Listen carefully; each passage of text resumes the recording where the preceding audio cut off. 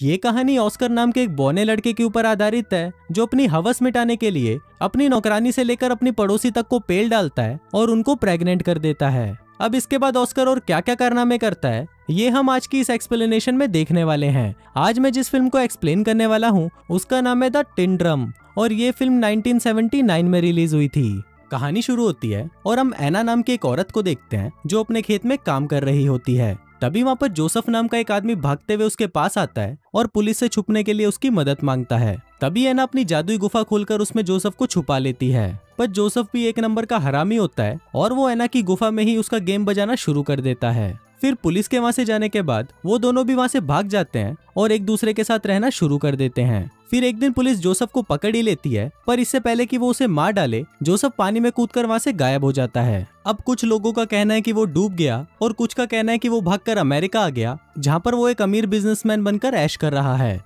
वहीं दूसरी तरफ एना और उसकी बेटी एग्नेस बाजार में सामान बेचकर अपना गुजारा कर रहे थे। एग्नेस अपने कजन जैन से प्यार करती थी जो एक पॉलिश पोस्ट ऑफिस में काम करता था। इसके अलावा एग्नेस एल्फ्रेड से भी प्यार करती थी जो एक जर्मन शेफ था। अब उन तीनों के एक साथ मचाए हुए कांड से एग्नेस को ऑस्कर नाम का एक बेटा होता है जिसका बाप जैन था या एल्फ्रेड ये सिर्फ भगवान को ही पता है। अब पैदा होने के बाद ऑस्कर चुप होने का नाम ही नहीं ले रहा था, पर जब उसकी माँ ने कहा कि उसकी 3 साल की उम्र होने पर वो उसे एक टिन ड्रम देगी तब जाकर ऑस्कर ने रोना बंद किया।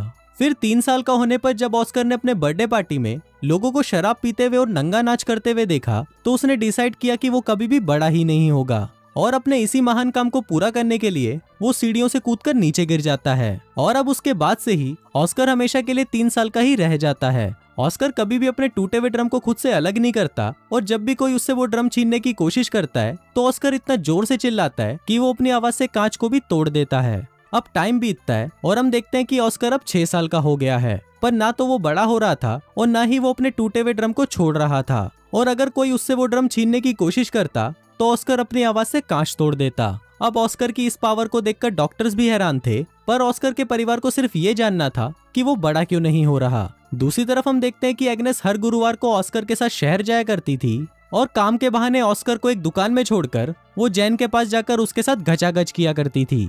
पर एक दिन ऑस्कर को अपनी माँ की इस चढ़ती जवानी के बारे में पता चल जाता है। अब कुछ साल और बीतते हैं और ऑस्कर अब 12 साल का हो चुका है। फिर एक दिन ऑस्कर अपने मॉम डैड के साथ सर्कस देखने जाता है जहाँ पर कुछ बोने लोगों को परफॉर्म करता देखकर ऑस्कर के मॉम डैड को भी लगने लगता है कि शायद ऑस्कर भी बोना है। फिर सर्कस खत्म होने के बाद ऑस्कर बेबरा नाम के एक बोने से मिलता है जो कि ऑस्कर के इस टैलेंट को देखने के बाद उसे अपने सर्कस में काम करने के लिए बोलता है। पर तभी वहाँ पर ऑस्कर के मॉम डैड आ जाते हैं और उसे अपने साथ ले जाते हैं। अब इसके कुछ दिनों बाद हम देखते हैं कि एग्नेस जिस दुकानदार के पास ऑस्कर को छोड़कर जाया करती थी वो दुकानदार एग्नेस से प्यार करने लगा था। वो उसे और ऑस्कर को अपने साथ लंदन चलने के लिए बोलता है, पर तभी एग्नेस उसे मना कर देती है और उसे चूतिया बोलकर वहाँ से चली जाती है। फिर कुछ दिनों बाद एग्नेस को पता चलता है कि वो प्रेग्नेंट है और उसके पेट में जैन का बच्चा है। अब इस बात से एग्नेस काफी परेशान रहने लगती है और परेशानी में वो बहुत सारी मछलियाँ खाती है जो खाना उसे बिल्कुल भी पसंद नहीं था। वहीं उसके पति एल्फ्रेड को इस बात से कोई मतलब नहीं था कि जैन के पेट में किसका बच्चा है,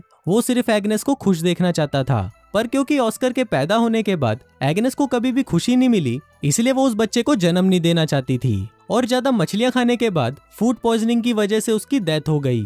अब इसके कुछ सालों बाद हम ऑस्कर को देखते हैं जो अपना ड्रम ठीक कराने के लिए जैन को एक पॉलिश पोस्ट ऑफिस में लेकर जाता है। ये वो दौर चल रहा था जब जर्मनी पूरे पोलैंड पर हमला करके उसे अपने कब्जे में करने की कोशिश कर रहा था। वहीं पोस्ट ऑफिस में भी पॉलिश लोग जर्मनियों पर हमला करने की तैयारी कर रहे थे, पर तभी अचानक जर्मन्स उन पर हमला कर देते हैं और इस हमले में बाकी लोगों के साथ साथ जैन भी मारा जाता है। पर ऑस्कर किसी तरह बच जाता है और वहां से भाग जाता है। अब इसके कुछ दिनों बाद हम देखते हैं कि एल्फ्रेड 16 साल की मारिया नाम की एक लड़की को अपनी दुकान पर काम करने के लिए रखता है। मारिया दुकान के काम के साथ साथ ऑस्कर का भी ध्यान रखती थी और फिर कुछ दिनों में ऑस्कर को मारिया से प्यार होने लगा।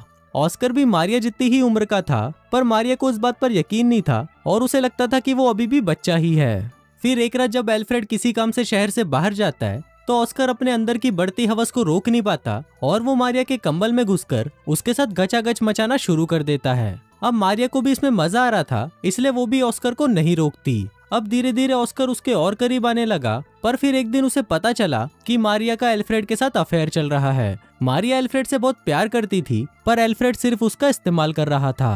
अब इस बात से मारिया बहुत ज्यादा दुखी हो जाती है और रोने लगती है। पर जब ऑस्कर उसे संभालने उसके पास आता है तो मारिया उसे बोना बोलकर उसके पिछवाड़े पर लात मार देती है। अब कुछ महीनों बाद हम देखते हैं कि मारिया एल्फ्रेड के बच्चे की माँ बनने वाली थी और ऑस्कर उस बच्चे को मारना चाहता था, पर मारिया ऐसा होने नहीं देती। फिर इसके कुछ दिनों बाद मारिया एक लड़के को जन्म देती है जिसको पाकर सभी लोग खुश थे, पर ऑस्कर इससे बिल्कुल भी खुश नहीं था क्योंकि उसे लगता था कि ये बच्चा उसका है। दूसरी तरफ हम ऑस्कर के दोस्त बेबरा को देखते हैं जो कि वर्ल्ड वॉर 2 के दौरान नाजी आर्मी में एक बड़ी पोस्ट पर काम करता था। फिर एक दिन उसने ऑस्कर को भी अपनी टीम में आने को कहा जो कि पेरिस में एक परफॉर्मेंस करने वाले हैं। अब ऑस्कर उनके साथ मिलकर सभी को अपना टैलेंट दिखाने लगता है और इसके साथ उसे अपनी टीम की एक लड़की रोजविता से भी प्यार हो जाता है। अब टाइम बीतता है और हम देखते हैं कि ऑस्कर अपने बौने दोस्तों के साथ खुश था और वो अपनी जिंदगी अपने हिसाब से जी रहा था, जैसे कि खाना पीना और घचाघच करना। पर फिर एक दिन अमेरिकन सेना वहां पर हमला कर देती है और उस हमले में ऑस्कर की आइटम रोजविता मारी जाती है।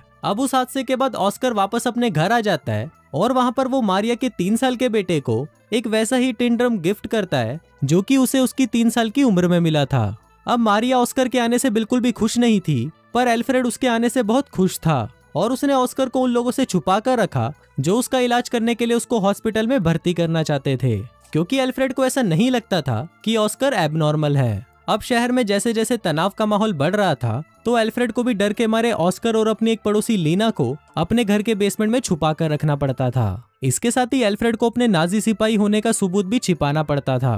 फिर एक दिन अचानक रशियन सिपाही उनके घर पर घुस आते हैं और वो एल्फ्रेड के सामने ही लीना के साथ जबरदस्ती करने लगते हैं। वहीं एल्फ्रेड की नाजी सिपाही होने की सच्चाई छुपाने के लिए ऑस्कर उसे एक पिन देता है जिस पर उसके नाजी सिपाही होने के बारे में लिखा हुआ था, पर तभी एल्फ्रेड बचने के लिए उस पिन को निगल लेता है और वो पिन उसके गले में अटकने की वजह से उसकी वहीं पर मौत हो जाती है। फिर अगली सुबह मारियस नाम का एक आदमी एल्फ्रेड की दुकान पर आता है और अब वो उस दुकान का नया मालिक था। अब दुकान को अपने कब्जे में करने के बाद मारियस एल्फ्रेड का फ्यूनरल कर देता है क्योंकि उसने भी रिसेंटली अपनी पत्नी और बच्चों को खोया था और वो अपनों को खोने का दर्द अच्छे से समझता था।